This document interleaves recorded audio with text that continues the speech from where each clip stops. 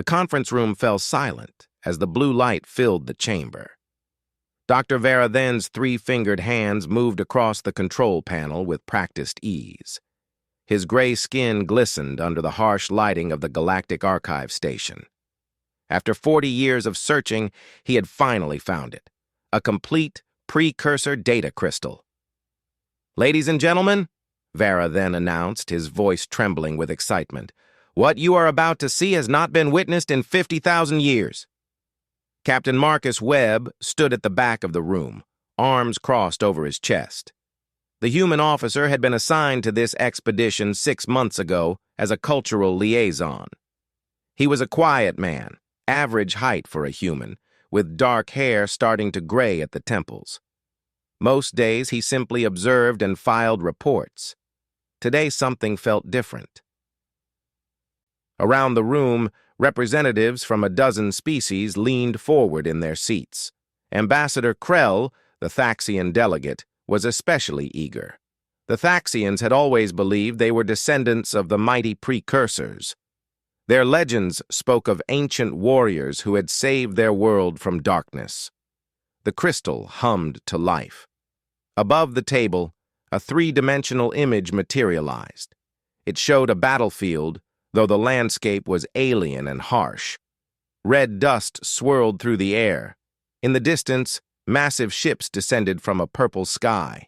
Their design was wrong, twisted, like someone had taken metal and forced it into shapes that hurt to look at. "Those are the Devourers," whispered Dr. Chen, the human linguist sitting near Webb. "I've seen fragments of them in other ruins." The Devourers had nearly conquered the galaxy once, according to the old records. Then they simply vanished. Most historians believed the precursors had stopped them, though no one knew how. The image shifted, focusing on a lone figure standing on a ridge.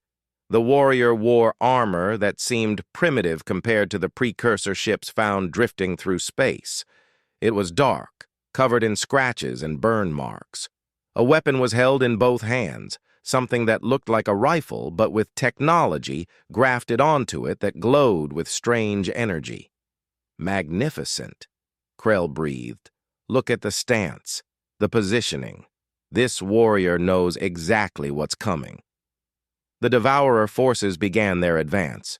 There were hundreds of them, creatures that walked on too many legs, carrying weapons that crackled with power. The lone warrior didn't move, didn't run, just stood there, waiting. Then the warrior moved. Even through the recording, even across 50,000 years, the violence was shocking. The warrior moved like water, like fire, like something that didn't follow normal rules. The weapon fired in controlled bursts. Each shot found a target. When enemies got close, the warrior switched to close combat with a blade that appeared from nowhere. "By the void," someone whispered. "Is this real?" "The crystal doesn't lie," Varadhen said. His scientific mind was racing, analyzing every movement, every tactic. "This is actual combat footage, not a simulation or recreation." Marcus Webb felt his stomach tighten. He had seen combat. He had trained in tactics and warfare since he was young. What he was watching now was both familiar and terrifying. The way the warrior moved, the patterns of attack, the strategic thinking behind every action. It reminded him of something he couldn't quite place. The battle continued. The warrior held the ridge for what must have been hours, compressed into minutes by the recording. Bodies fell. The Devourers kept coming, and the warrior kept fighting. Then something changed. More figures appeared, moving up from behind the warrior's position. Reinforcements, wearing similar armor. They formed a line and began a coordinated defense. The Devourers started to retreat. "Pause it," Krell commanded. Varadhen froze the image. "Can we enhance the helmet? I want to see the face." Varadhen worked his controls. The image zoomed in on the lead warrior's helmet. For just a moment in the recording, the helmet had retracted, showing the face beneath. But the image was corrupted, filled with static and digital noise. "The translation matrix is working on it," Vera then explained. "The audio is encrypted in the old way. Give me a moment." As the computer began processing, garbled sounds filled the room. It might have been words or commands. It might have been screaming. The noise built, harsh and distorted, until several people covered their ears. "Mute it," Webb said quietly from the back of the room. Vera then looked up. "Captain? The audio? Can you mute it?" Webb's voice was steady, but his hands were clenched tight. "The translation matrix is giving me a headache. We can work on cleaning it up later." Dr. Chen glanced at her fellow human. She knew Marcus Webb well enough to know he didn't get headaches from translation matrices. But she said nothing, just watched as Vera then muted the sound. The silence felt heavy. On the screen, the warrior's face remained hidden behind static and corruption. The body language, though, was clear, determined, angry, defiant. "We'll need weeks to fully analyze this," Vera then said, his excitement returning. "There's so much data here. Weapon configurations, tactical formations, even biological data if we're lucky. This could tell us everything about the precursors." The meeting continued for another hour. Specialists from various fields discussed what they had seen. Krell argued that the fighting style matched ancient Thaxian martial arts. Others disagreed, pointing to similarities with their own cultural military traditions. Webb stayed quiet, filing his mental notes. When the meeting finally ended, he was the first to leave. Dr. Chen caught up with him in the corridor outside. "Marcus, are you all right?" "Fine," he said, "just tired." "You recognize something in that recording," Chen said. It wasn't a question. "I saw your face. What was it?" Webb stopped walking. He turned to face the linguist, and for a moment Chen saw something in his eyes. Fear, maybe, or recognition. "The way that warrior moved," Webb said slowly. "The tactical patterns, the weapon handling. Chen, I've seen all of that before." "Where?" "Human military academies," Webb said quietly. "We teach those exact same techniques. That's our doctrine, our strategic thinking.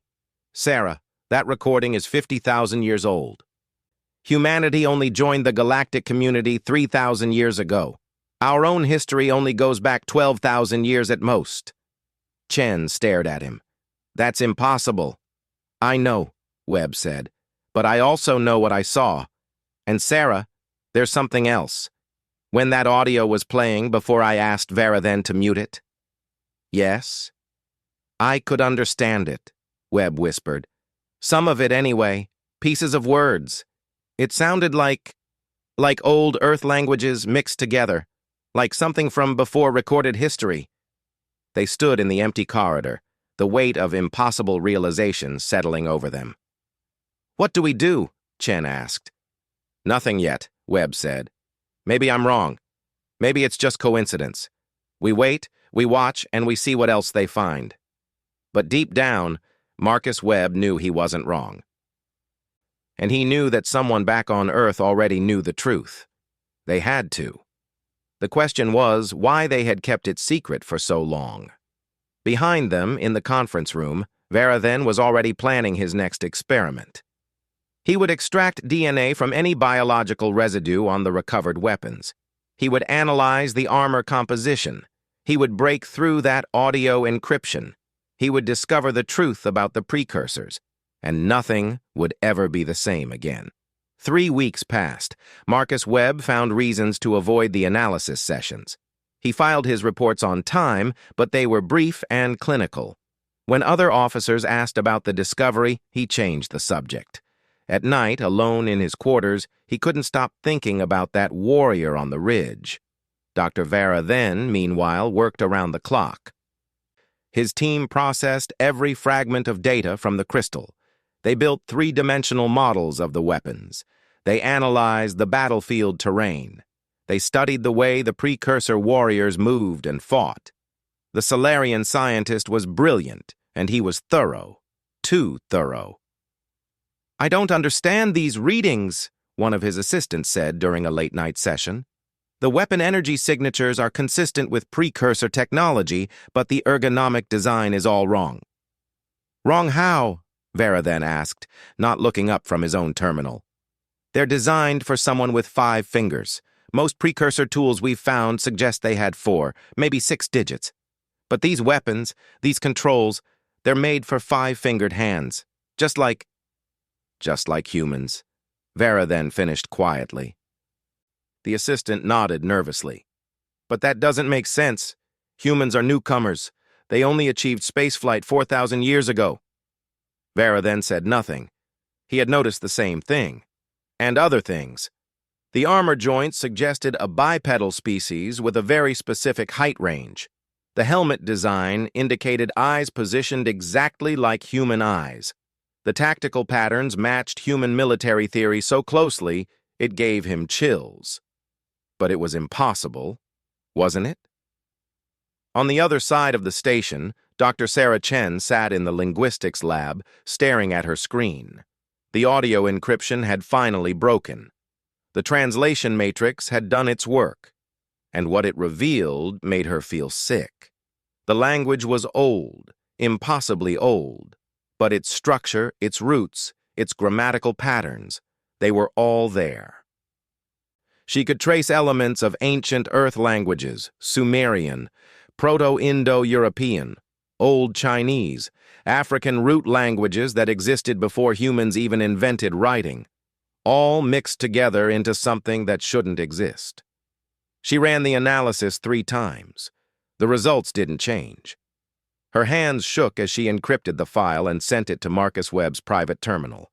Then she deleted every trace of her work from the lab computers. Some truths were too dangerous to share openly. Webb received the message at 2 in the morning. He sat up in bed reading Chen's findings on his datapad. His worst fears were confirmed.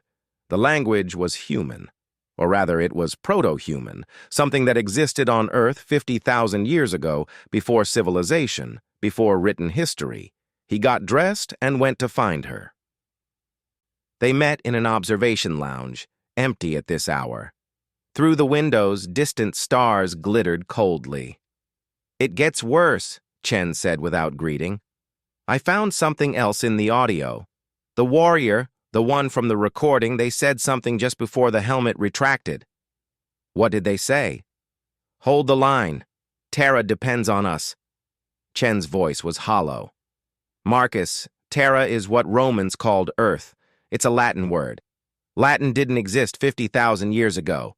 So either this is an incredible coincidence, or humans have been in space a lot longer than we thought," Webb finished, "and someone has been lying about it for a very long time." He pulled out his own datapad and showed her something, an encrypted message hidden in his routine communication traffic. He'd almost missed it. "What is that?" Chen asked. "Orders," Webb said bitterly. "From Earth Intelligence, basically telling me to observe, document, but don't interfere with the discovery process. Maintain protocol, they say. The truth will be managed appropriately." "Managed," Chen repeated. "So they know. The government knows we're the precursors." "Some part of the government, yes, and they've known for a long time." Webb ran his hand through his hair. "Why, though? Why hide it? If humanity built this great civilization 50,000 years ago, why pretend we're newcomers?" Before Chen could answer, both their communication devices chimed. Emergency summons. Dr. Vera then was calling everyone to the main lab. He'd found something critical. They arrived to find the lab in chaos. Scientists from a dozen species were arguing, pointing at displays, checking and rechecking results. Vera then stood in the center, his gray face unreadable. "Ah, Captain Webb, Dr. Chen, good. You're here." Vera then gestured to a display. "We've been conducting standard analysis on all recovered materials. Part of that includes genetic sampling. We found cellular residue on one of the weapon fragments." Webb felt his throat go dry. And I've run it against the Galactic Genetic Database. Every known species, every subspecies, every variant." Varathen's large eyes fixed on Webb. It's a 99.7% match to human DNA. The room went silent. Ambassador Krell stood up from where he'd been sitting. That's impossible. Humans are newcomers. They couldn't possibly be. The data doesn't lie, Varathen said. His voice was calm, but his hands trembled slightly. I've run the test 17 times. The results are consistent. The precursor warrior who wielded that weapon was genetically human. Contamination, someone suggested. The sample was corrupted somehow. I considered that, Varathen said. So I tested other samples. Tissue fragments from recovered precursor sites across the sector. All human, or rather, all matching human genetic patterns with minor variations consistent with 50,000 years of potential genetic drift. Krell's expression darkened. Are you saying humans have been deceiving the galactic community? That they've been hiding their true nature for 3,000 years? I'm saying the evidence suggests humans are the precursors, Varathen replied. What that means, I don't know. But I intend to find out. The meeting devolved into arguments. Some species representatives were angry, feeling betrayed. Others were frightened. Humans were known to be aggressive, emotional, quick to violence compared to most species. If they were also the creators of the most advanced technology in galactic history. Webb tried to calm the situation, but his words felt hollow. How could he deny what the evidence clearly showed? Instead, he requested a private meeting with Varathen.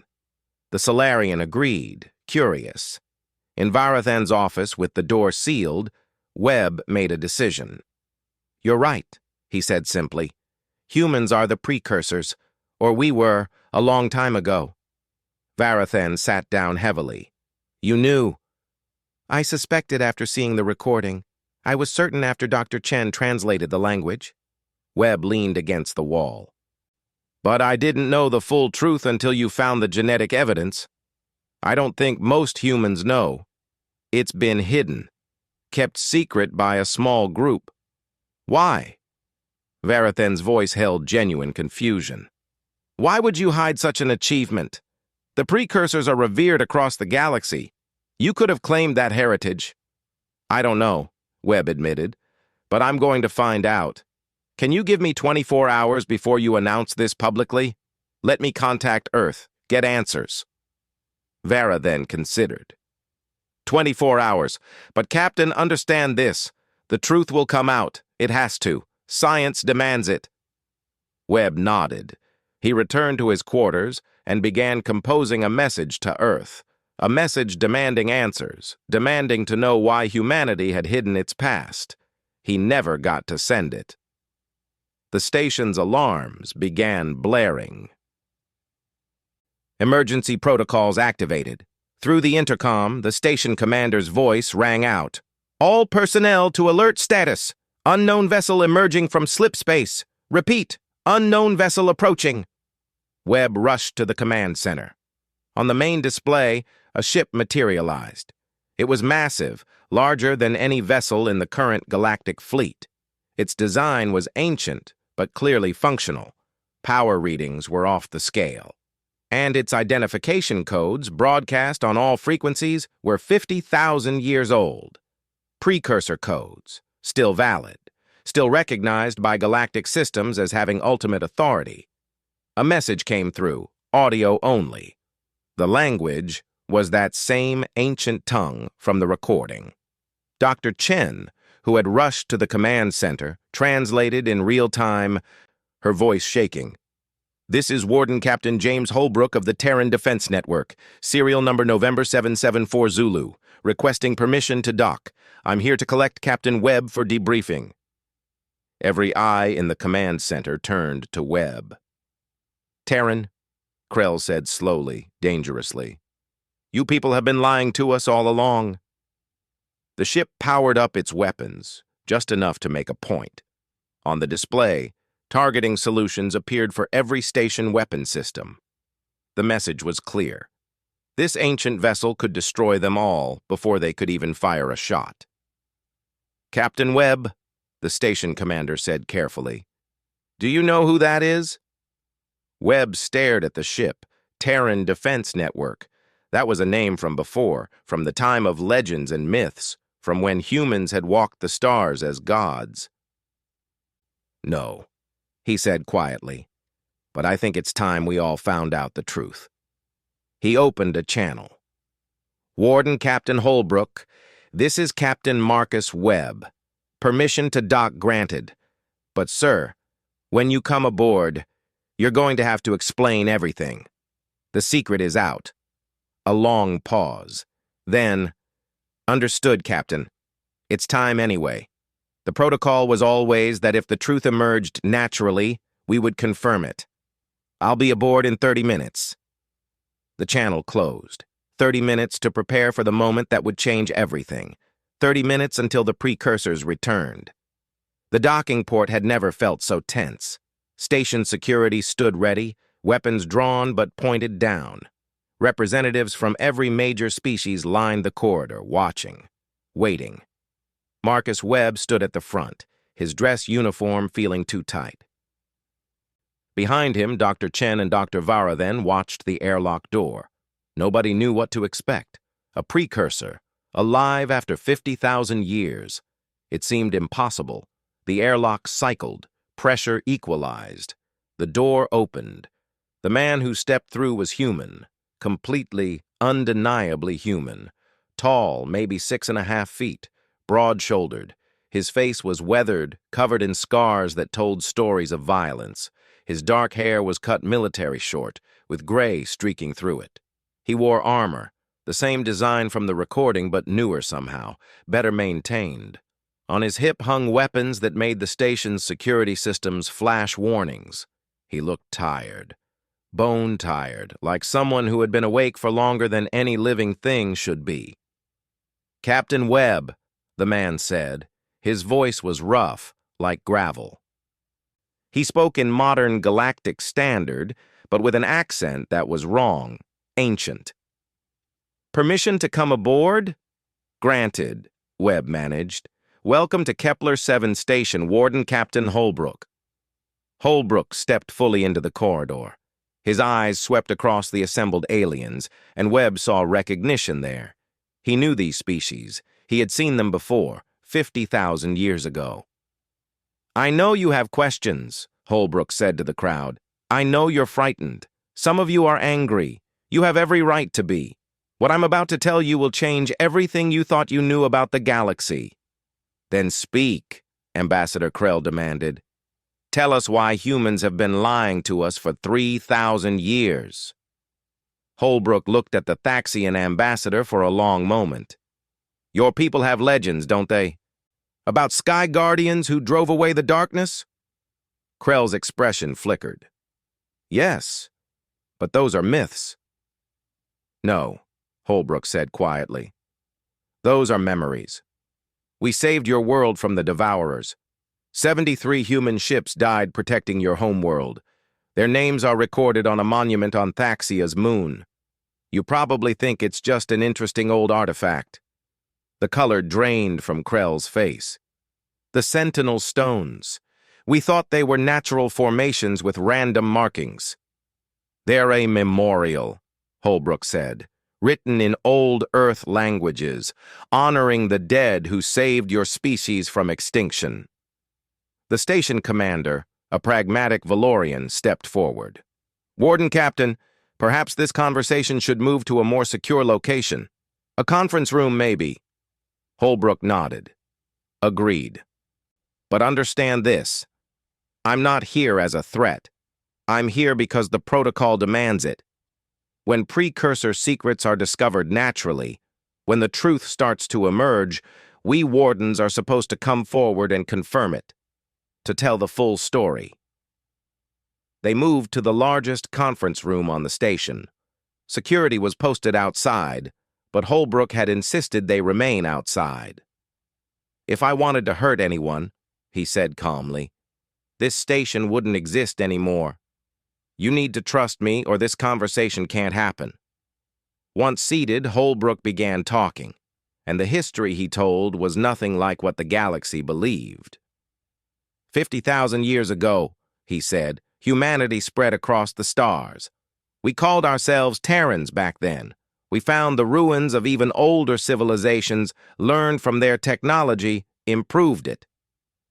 We were good at that, good at taking old ideas and making them better, deadlier. For a long time, we were alone. We found no other intelligent life. Then we met the Devourers. His face darkened. They weren't like you.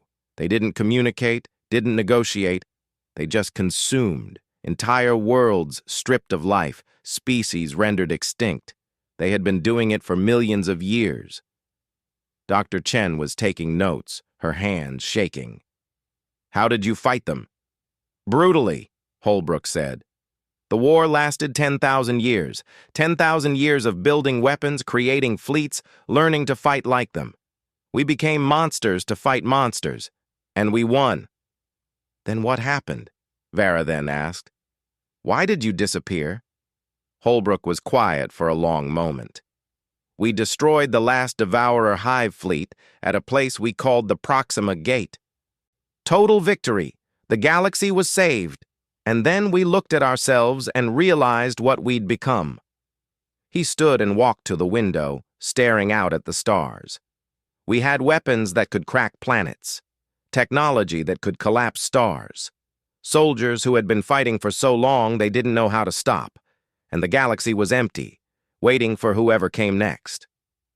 My species had a choice. We could rebuild our empire, rule the galaxy. Who could stop us? Or we could do something else. The Seed Protocol, Webb said suddenly.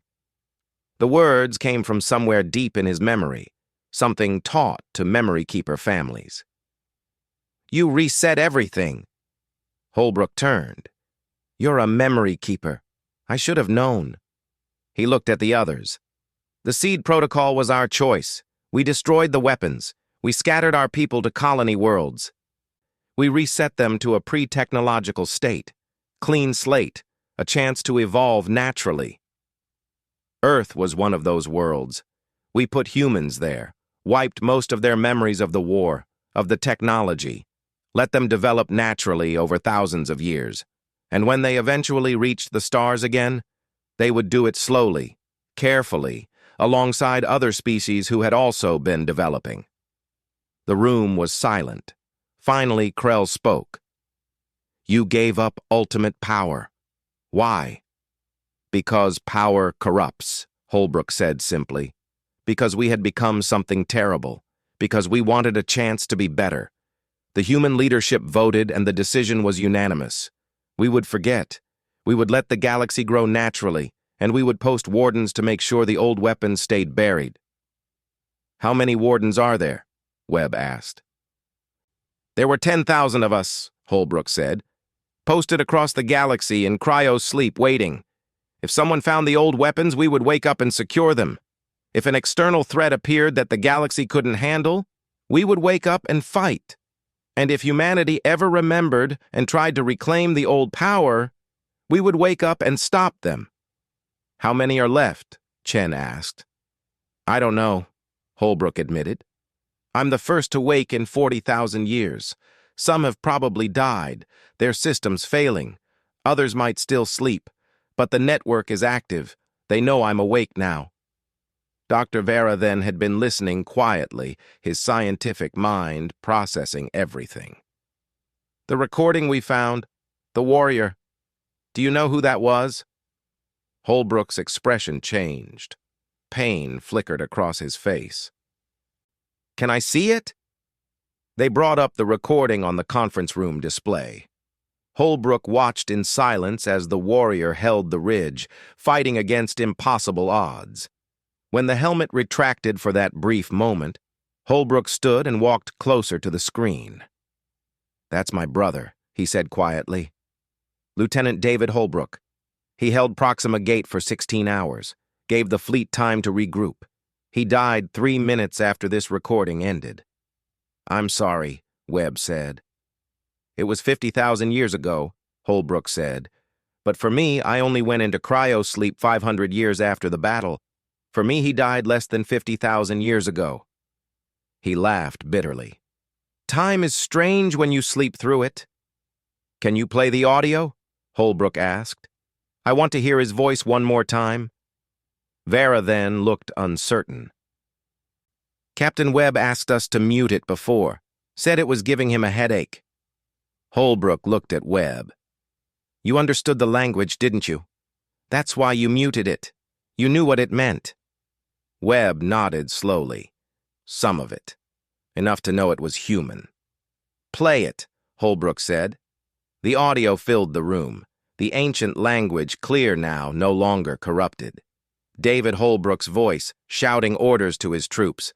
Hold the line! Terra depends on us! Not just Terra, all the colony worlds, all the species we've saved. The Devourers end here. Remember what we're fighting for. Not conquest, not domination, survival, coexistence. A galaxy where everyone can live. The recording ended. James Holbrook's eyes were wet. He knew. Even then, we knew what we were becoming, what we had to change. Suddenly, alarms blared throughout the station. The station commander's voice came over the intercom. Captain Webb, Ambassador Krell, report to command immediately. We have a situation. They rushed to the command center. On the display, dozens of ships were appearing throughout the sector, military vessels from multiple species. What's happening? Webb demanded. Someone leaked the data, the commander said grimly. The truth about humans being precursors. It's spreading through the galactic networks. Multiple species are mobilizing their fleets. Krell received a communication from his government. He listened, his face growing darker. When he finished, he turned to Holbrook and Webb. My government has declared humanity a potential threat. They're demanding all humans in Thaxian space be quarantined. Other species are doing the same. This is exactly what we were afraid of, Holbrook said. This is why we kept the secret. Sir, a technician called out. We're getting automated warnings from defense satellites throughout the sector. They're precursor systems, sir. They're powering up. Holbrook went pale. No, they shouldn't activate unless there's an attack. Unless... He turned to the display, watching the fleet movements. Unless they detect coordinated military action against human populations. That's one of the trigger conditions. You mean those old weapons could activate automatically? Vera then asked, horrified. Not just could, Holbrook said grimly. They will. If the galaxy attacks humanity, the old defenses will wake up, and they won't ask questions. They'll just protect. Marcus Webb looked at the gathering fleets, then at Holbrook. Can you stop them? Can you override the systems? Maybe, Holbrook said. But I'd need to reach the command nodes, and there are 3 of them in this sector alone. I can't be in 3 places at once. Then we need to stop this before it starts, Webb said. We need to calm the situation before those weapons activate. How? Krell demanded. How do we calm an entire galaxy that just learned the species they thought they knew has been hiding ultimate power for 50,000 years? Webb didn't have an answer. None of them did. And the fleets kept gathering, moving closer, tension building toward a breaking point that could shatter the peace of the entire galaxy. The situation spiraled faster than anyone could control. Within hours, 3 more species had issued emergency declarations. Human ships were being detained at border stations. Human colonies were reporting blockades. And the ancient precursor defense systems continued to wake up, their threat detection algorithms processing the mounting military movements. We need to show them, Holbrook said suddenly. He was standing in the command center, watching the tactical display. They need to understand why we chose to forget. Show them what? Webb asked. The truth, all of it. Not just the battles, but what came after. What we became. Holbrook turned to Vera then. Your station has the facilities to broadcast to the entire galactic network, correct? Yes, but what are you planning? I'm going to open the deep archives, the records we sealed away, the ones that show why the seed protocol was necessary. Holbrook's face was grim. It won't be pleasant. but they need to see. Ambassador Krell crossed his arms. And why should we trust you to show us the truth now? You've been lying for 50,000 years. We kept a secret, Holbrook corrected. There's a difference, and you're right not to trust me. So I'm going to give you access to my ship's archive directly. No filters, no editing, everything. Judge us by our own records. Vera then looked uncertain. That could take years to review properly. Then I'll show you the important parts first, Holbrook said. The parts that matter. Captain Webb, I'll need your authorization to access the station's communication array. Webb nodded. You have it. An hour later, they were gathered in the main auditorium. The broadcast was going out across the galactic network to every major world, every government, every species. Billions would see what came next. Holbrook stood before them, his ancient armor somehow making him seem even more tired. My name is James Holbrook. I am human, and I am 50,000 years old. What I'm about to show you is the reason my species chose to erase itself from history. The lights dimmed. The holographic display activated. First, they saw battles. Real battles, not the small skirmish from the crystal recording. Fleets of thousands of ships engaging devourer forces, planets being evacuated while human forces held the line. Civilians from dozens of pre-spaceflight species being rescued and relocated. It was heroic, noble. Then the tone shifted. The display showed a human fleet surrounding a devourer colony world, not a military installation, a colony. The devourers had civilians, families, young. The human admiral's face appeared in the recording, hard and cold. Sterilization protocols authorized. Leave nothing alive. The planet burned.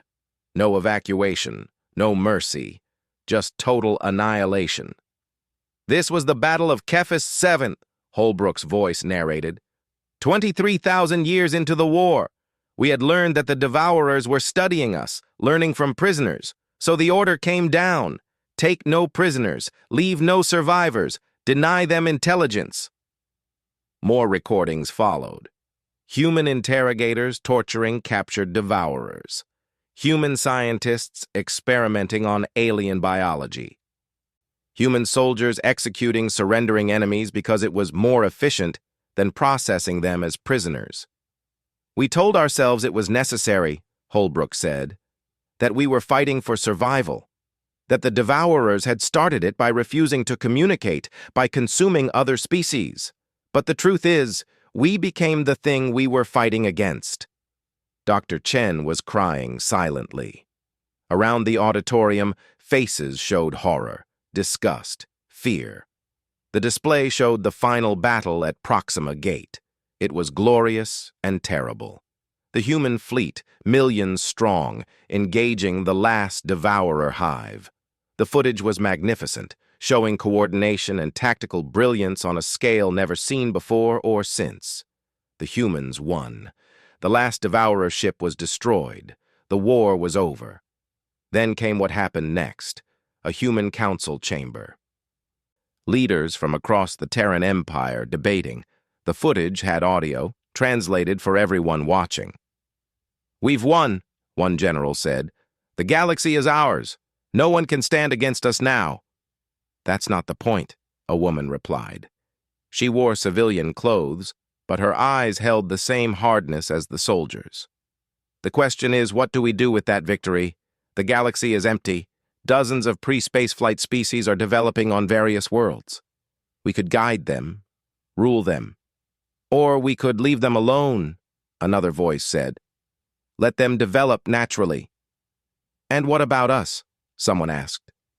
What about humanity? We've been at war for 10,000 years. Most of our people have never known peace. How do we just stop? The recording showed weeks of debate, compressed into minutes. Arguments, ethical discussions, painful decisions. Finally, a vote. The result was displayed, 93% in favor of the Seed Protocol. We chose to forget, Holbrook said, not because we were noble, but because we were afraid of what we'd become. We had the power to rule the galaxy, but we knew that power would corrupt us further. So we made the hardest choice possible. We erased ourselves. The display showed the dismantling of the Empire, weapons being destroyed, ships being decommissioned, colonies being reset, people saying goodbye to loved ones, knowing they would forget them, scientists and soldiers volunteering to enter cryo-sleep as wardens, accepting that they might never wake up. The wardens were a fail-safe, Holbrook explained. If the old threats returned, we would wake. If someone tried to misuse the old technology, we would stop them. And if humanity ever remembered and tried to reclaim the old power, we would prevent it. He paused. That includes stopping humanity itself, if necessary. The auditorium was silent. The broadcast continued to every corner of the galaxy. Holbrook activated another set of files. These are the Warden protocols. I'm making them public now so everyone can see what we committed to. The protocols appeared on screen. They were comprehensive, detailed, and chilling. Wardens were authorized to destroy any recovered precursor weapons that might threaten galactic peace, disable any human government that tried to rebuild the old military, eliminate any individual who tried to access forbidden technology, use lethal force if necessary to maintain the secret, and finally the dead man's protocol. If all wardens were killed, their deaths would trigger a cascade that would render every piece of precursor technology inert. The weapons, the ships, the ancient installations, all of it would become useless metal and stone. We built in our own obsolescence, Holbrook said. If the galaxy decides it doesn't want humanity around, if you decide to eliminate us, then the old technology dies with us. You won't get the weapons. You'll just get revenge. Dr. Vera then stood up. But that's not justice. That's holding the galaxy hostage. No, Holbrook said firmly. It's insurance. Insurance that humans won't be enslaved for the crime of being who our ancestors were. Insurance that no species can force us to rebuild the old weapons for them. We're not threatening you. We're promising that if humanity falls, the dangerous past falls with us. Ambassador Krell was pale, his hands shaking. So what do we do? How do we move forward? The fleets are still gathering. The fear is still there. Before Holbrook could answer, alarms blared again. A new ship had entered the sector. The signature matched Holbrook's vessel, another precursor dreadnought, alive with power. "This is Warden Captain Maria Santos," a woman's voice broadcast in that same ancient accent. "Brother Holbrook, I'm here. Sector 7 is securing its weapons. The automated defenses are responding to my commands." More ships appeared. More wardens, waking from their long sleep, responding to Holbrook's activation. Within an hour, 7 of them had arrived in the sector. On the display, the military fleets began backing away. Faced with active precursor vessels, even species that outnumbered humans were cautious. But then something unexpected happened. Dr. Verathan stood and addressed the camera broadcasting to the galaxy. "I've analyzed everything we've learned, the genetic data, the cultural records, the history. And I want to say something." He looked directly at Holbrook. "You're right to fear what your ancestors became. We all should fear that kind of power. But I've also seen something else in your records. The medical teams who treated enemy wounded. The engineers who chose to save alien refugees over their own soldiers. The council members who voted to erase their own civilization rather than rule." He turned to the camera. The precursors were not just warriors and monsters. They were also people who made impossible choices, who sacrificed everything to give the galaxy a chance at peace. Yes, they committed atrocities, but they also stopped themselves. How many civilizations in history have had ultimate power and chosen to give it up? Around the auditorium, people were listening. Across the galaxy, on a million worlds, people were listening. "I propose," Vera then said, that we judge humanity not by what the precursors did 50,000 years ago, but by what humans have done in the 3,000 years since they rejoined the galactic community. Have they been aggressive? Sometimes. Have they been difficult? Often. But have they tried to conquer us? Have they tried to rebuild their empire? No. Krell stood slowly. He looked at Holbrook, at Webb, at the other humans in the room. On behalf of the Thaxian government, I am withdrawing our quarantine order. We will not punish the current generation for the sins of their ancestors. One by one, other representatives stood. Some agreed with Krell. Others remained silent, uncertain. But the moment of crisis had passed. The fleets began standing down. Holbrook sagged with relief. "Thank you," he said quietly. "Thank you for giving us a chance." But Dr. Chen was looking at something on her datapad. Her face had gone pale. "Marcus," she whispered, "we have a problem.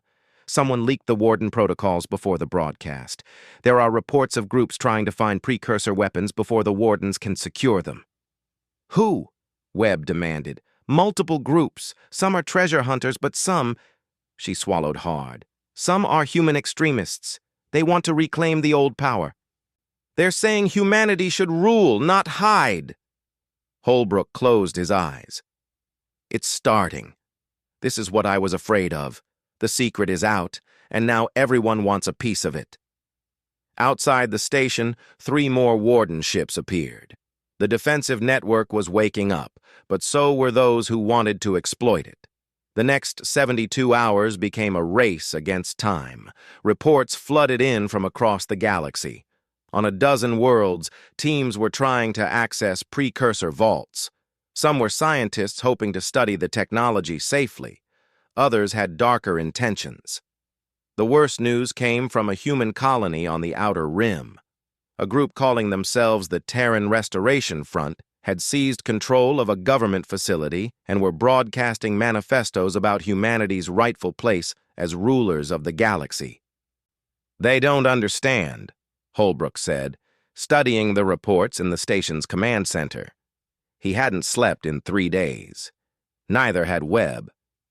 "They think the old power is something to be proud of. They didn't see what it cost us." More Wardens had arrived. 12 now, spread across the sector, working to secure the old weapons.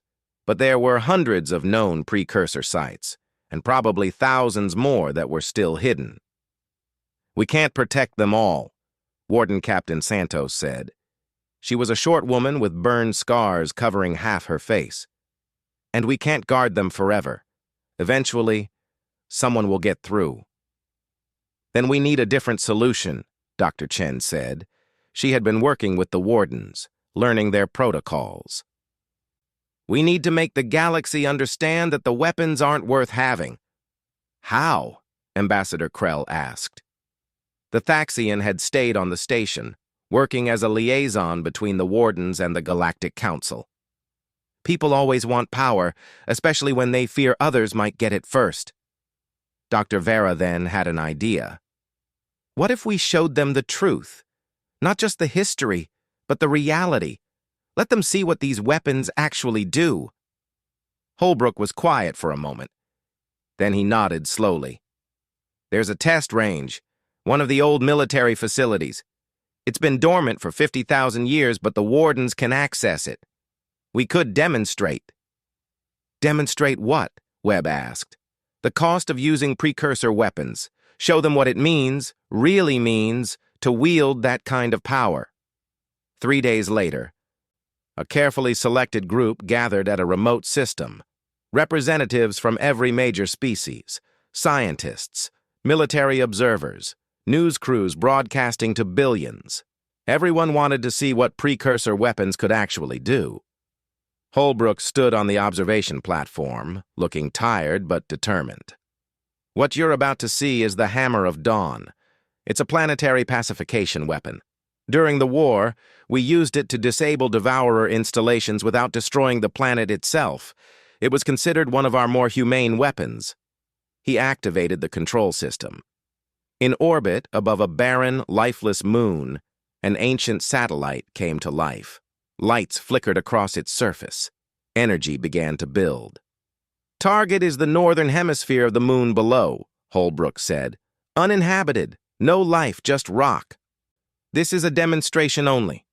The weapon fired. There was no beam, no visible blast. Just a pulse of energy that washed over the moon. For a moment, nothing seemed to happen. Then the surface began to crack. Not explode, not shatter, but systematically break apart as every chemical bond in the rock was disrupted at a molecular level. In 3 minutes, the northern hemisphere of the moon had been reduced to fine powder, drifting in the vacuum. The southern hemisphere remained intact, untouched by the precision weapon. The observers stood in shocked silence.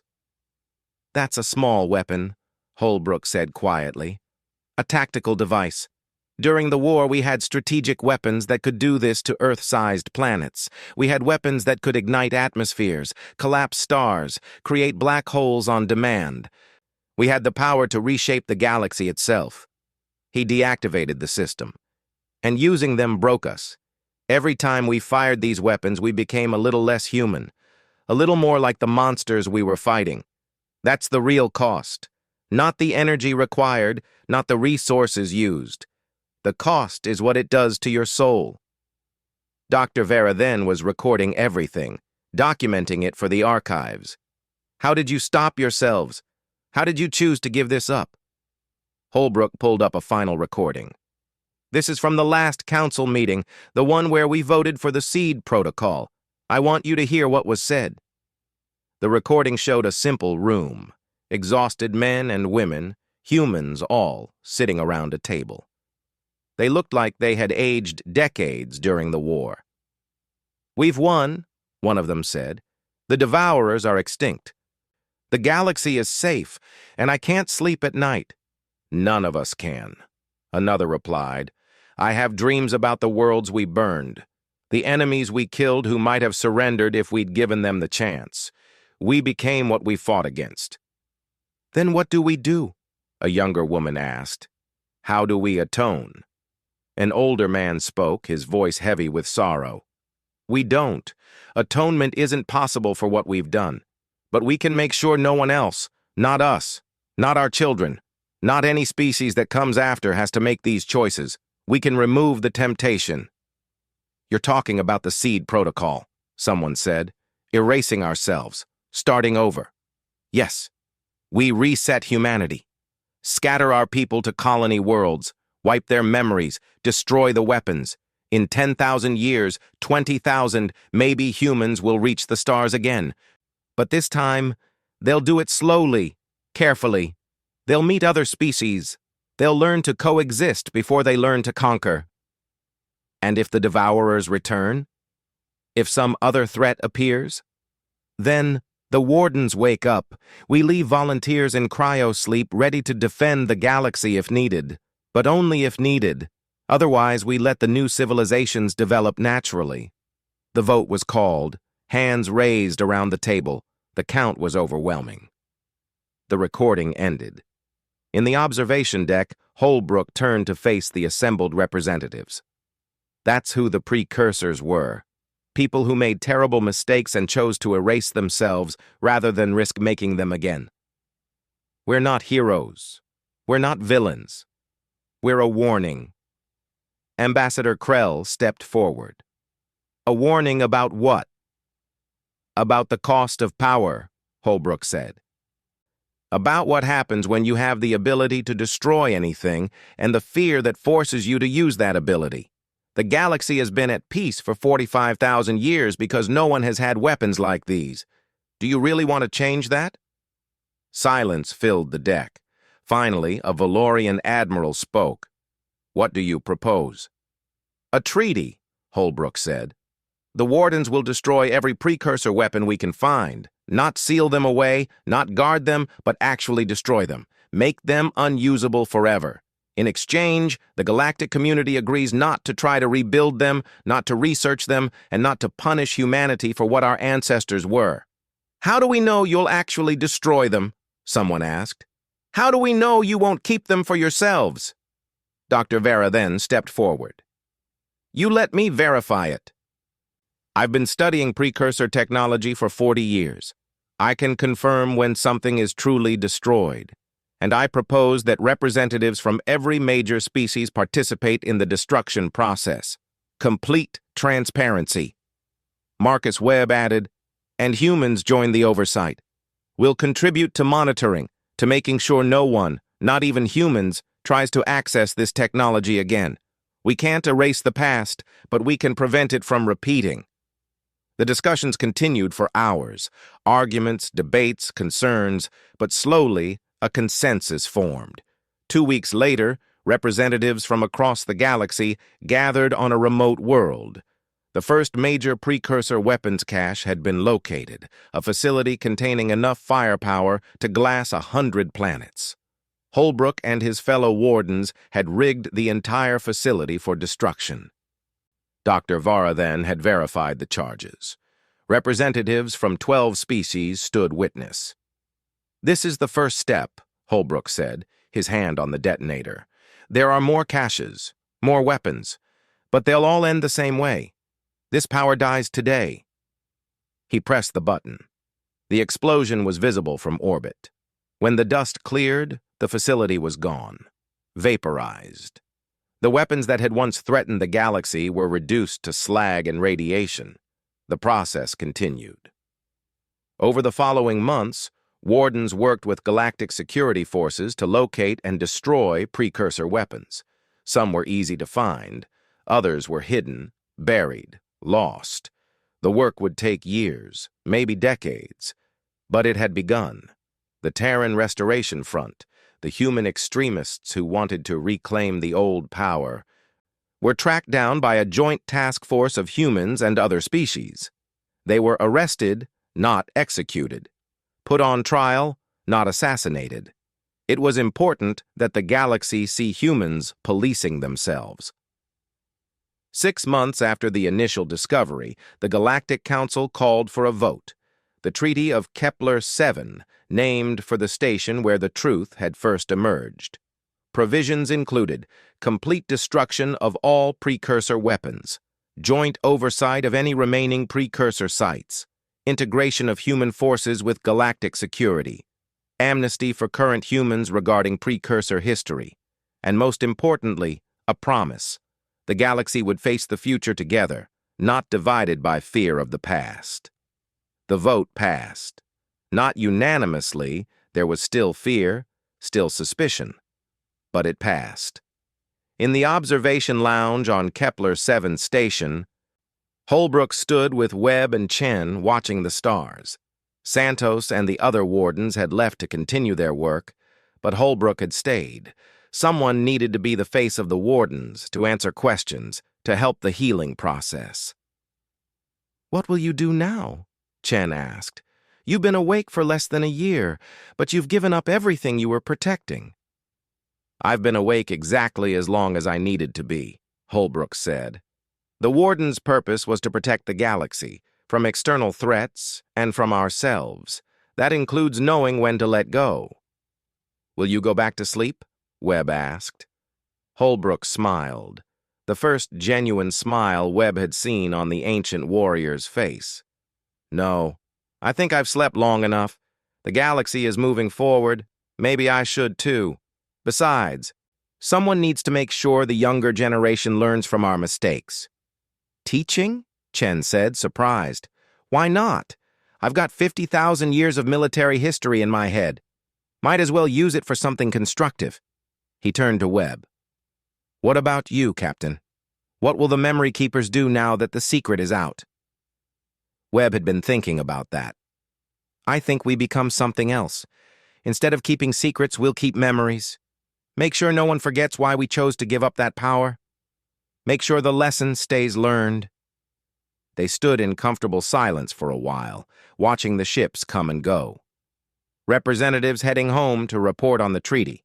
Scientists departing to study the safe aspects of precursor culture, the galaxy moving forward. "Do you regret it?" Chen asked suddenly. "The seed protocol. Starting over. Was it worth it?" Holbrook thought for a long moment. Then he pulled up a recording on his datapad. It was simple, a view of Earth from orbit, taken by one of the last precursor ships before the protocol was implemented. "This is what the council members watched before they voted," he said. "Earth, green and blue, full of life. Humans living in small villages, farming, raising families. They didn't remember the war, didn't remember the power. They were just people, trying to survive, trying to be happy." The recording showed a village celebrating something, people dancing around a fire, children laughing, simple, pure. Was it worth giving up our empire to let them have that? To let all the other species have their chance at that? Holbrook's voice was soft. Yes. 1,000 times yes. He turned off the datapad. The precursors aren't gone. We're still here, wearing different faces, living different lives. But we're better. We're part of something larger instead of ruling it. And that, Captain Webb, is worth more than all the weapons we ever built. Months later, Marcus Webb sat in his quarters, reading a message on his secure terminal. It was from Earth Intelligence, the same group that had sent him cryptic warnings months ago. Protocol has changed. Memory keepers are now authorized to share full historical knowledge with verified individuals. The secret is no longer our burden. Proceed with integration efforts. We trust your judgment. He deleted the message and pulled up the recording one more time. The warrior on the ridge, Holbrook's brother, fighting to save a galaxy. He watched it through to the end, audio on, finally understanding every word. The warrior's last transmission, before the helmet retracted, before the battle consumed him. "This is Lieutenant David Holbrook. If anyone finds this recording, if anyone hears this, remember, we fought not to conquer but to protect, not to rule, but to give others the chance to rule themselves. Remember what we learned, remember what we paid, and for God's sake, don't repeat our mistakes." Webb closed the file. The recording would be preserved in the Galactic archives, along with all the other precursor records. Future generations would study them, learn from them, hopefully avoid repeating them. Outside his window, a mixed crew worked on a joint patrol ship. Humans, Thaxians, Valorians, Solarians, all working together, building something new from the ashes of the old. The precursors were dead. Humanity had moved on, the galaxy had moved on, and maybe, just maybe, they were all better for it.